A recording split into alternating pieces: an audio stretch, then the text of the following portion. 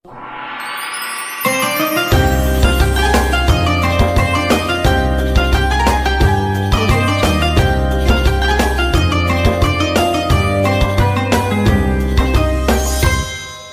ini punya teman yang kaya raya.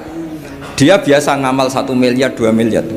Dia nggak terima sama fatwa saya. Gus, kenapa Anda masih muji orang miskin? Ngamalnya tuh banyak saya. Saya sekali ngamal bisa 1 miliar, setengah miliar.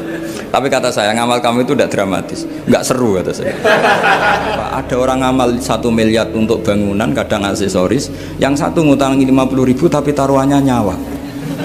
Nah sekarang menyelamatkan nyawa sama bangunan keren mana? Maka berbahagialah orang miskin karena komunitas mereka ini utang piutang urusan apa? Nyawa. Jadi ini lebih dramatis ya, lebih dramatis, lebih keren.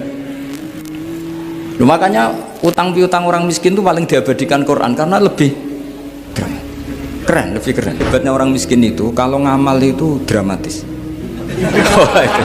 Betul itu. Jadi makanya kenapa Nabi suka orang miskin. Loh, saya pernah ditanya, saya ini punya teman yang kaya raya. Dia biasa ngamal 1 miliar, 2 miliar. Dia nggak terima sama fatwa saya. Gus, kenapa Anda masih muji orang miskin? Ngamalnya tuh banyak saya. Saya sekali ngamal bisa 1 miliar, setengah miliar.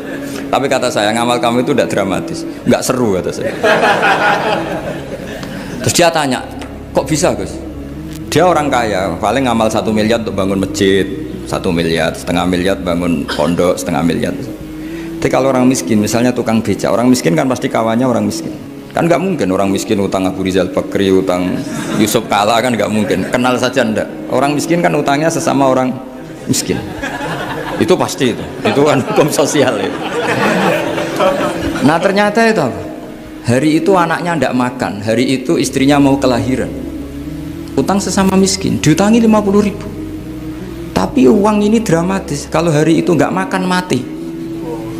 Artinya apa? Ada orang ngamal 1 miliar untuk bangunan, kadang aksesoris. Yang satu ngutangi 50.000 tapi taruhannya nyawa. Nah sekarang menyelamatkan nyawa sama bangunan keren mana? Maka berbahagialah orang miskin karena komunitas mereka ini utang piutang urusan apa? Nyawa.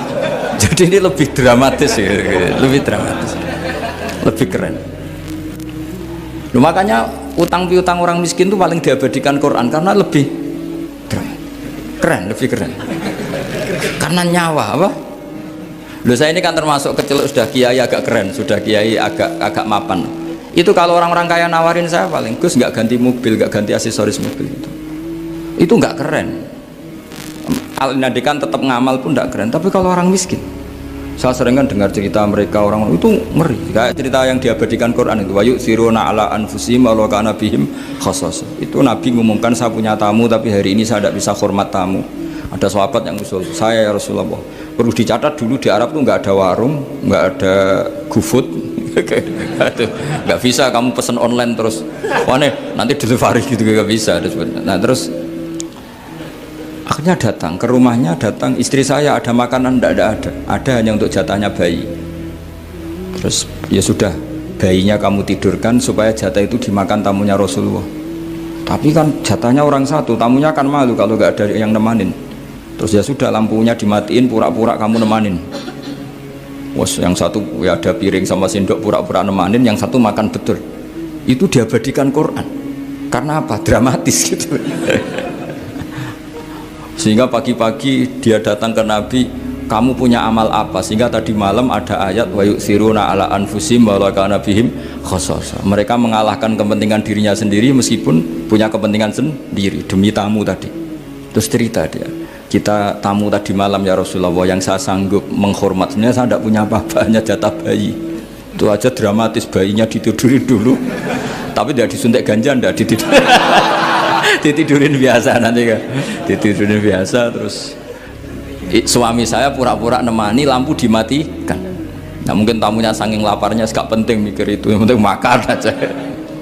Jadi maka sebetulnya orang-orang miskin itu tidak usah hiru, wah itu orang kaya bisa ngamal masjid 1 miliar, 2 miliar. Tetap ngamalnya ini sesuatu yang tidak mendesak. Tapi sesama orang miskin, kalau temannya minta tolong itu mesti dramatis. Istri mau kelahiran, kematian, kelaparan, pokoknya yang diselamatkan itu seru semua. Artinya gini ya, kalau miskin ya nikmati saja, itu ada peluang untuk menyalip pahalanya orang-orang. Tapi yang kaya ya tetap kaya. Kalau semuanya miskin, nanti yang miskin kerja di mana kalau semuanya miskin? Coming like a Hellcat.